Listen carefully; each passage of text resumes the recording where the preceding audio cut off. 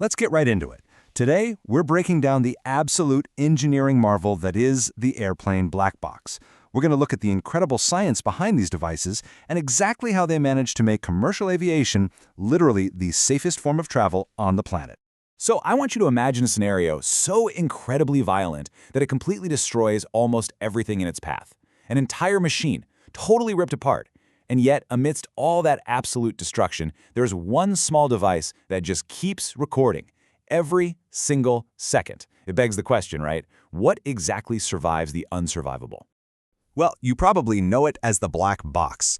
But right off the bat, let's just bust a massive myth here. It's not actually black. It's painted this incredibly bright neon orange. And that's totally intentional. You see, when things go wrong, investigators need to spot this thing immediately in the wreckage, so making it high-visibility orange is absolutely crucial. Okay, let's dive into Section 1, the misunderstood orange box.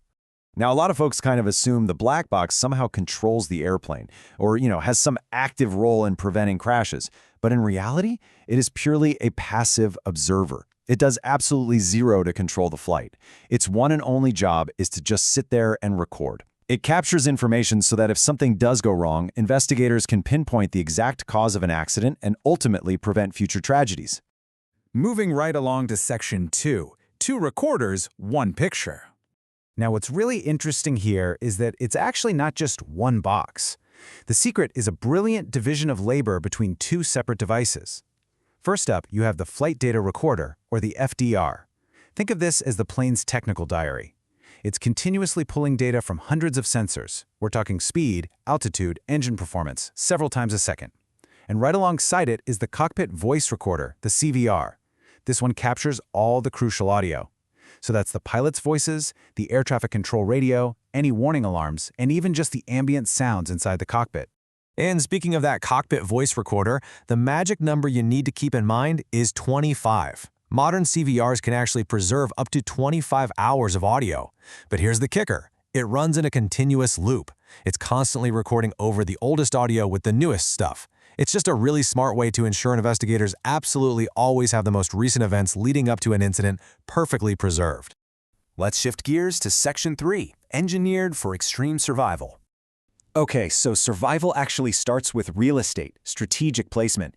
These recorders are intentionally installed all the way in the very rear of the aircraft, right in the tail section, and that is definitely not random. Statistics prove time and time again that the tail usually suffers significantly less damage during a severe crash compared to the nose or the wings. But look, placement alone isn't going to cut it, right? The protective casing itself is forged from incredibly tough stuff. We're talking heavy-duty titanium or stainless steel, and this brilliantly illustrates the absolute invulnerability of the recorder. Just look at the gauntlet these things are built to survive. Massively powerful impacts, raging, intense infernos, and literally the crushing pressure of deep ocean trenches. It's basically a fortress. And the tech inside? Well, it's evolved a ton. Older black boxes used to rely on these fairly fragile magnetic tapes, kind of like old cassettes. But today's modern recorders use solid-state memory, and that's a huge game changer. It doesn't just hold vastly more information, it's exponentially more reliable. It's specifically equipped to handle those extreme impact shocks and crazy temperature spikes without losing a single byte of data. Now, if the absolute worst happens over the ocean, there is a brilliant failsafe built right in. It's called the Underwater Locator Beacon. This nifty little device automatically activates the exact second it touches water, and it instantly starts sending out an ultrasonic signal. It essentially acts as a homing beacon down there on the pitch-black seafloor, giving search teams these specialized sonar pings that they can lock onto. Which brings us to Section 4, from wreckage to answers. Let's move to and see how this builds into the actual investigation phase. Because finding the box is really just step 1. Once search teams actually locate these recorders, they are super carefully transported to highly specialized labs.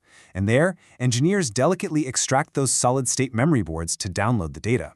But they don't just look at this info in a vacuum.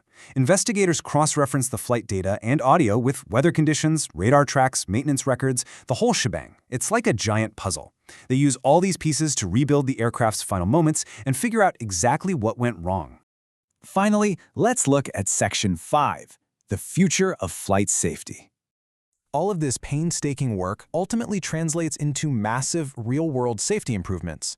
But hey, technology never stops, right? Researchers are already pushing the boundaries by testing systems that transmit emergency flight data directly to secure cloud servers. So in the near future, if things go south, critical data could be sent automatically during an emergency. That would give investigators instant access even if the physical box itself takes weeks or even months to locate.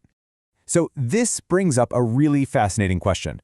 Will cloud computing eventually make the indestructible physical black box totally obsolete? Honestly, as data transmission speeds up globally, it is a real possibility. But whether that crucial data lives in a titanium shell at the bottom of the ocean or floats up in the cloud, this continuous, silent observation of every single flight is exactly why millions of us can board a plane and fly safely every single day. Thanks so much for joining us for this deep dive, and as always, keep questioning how the world around you works.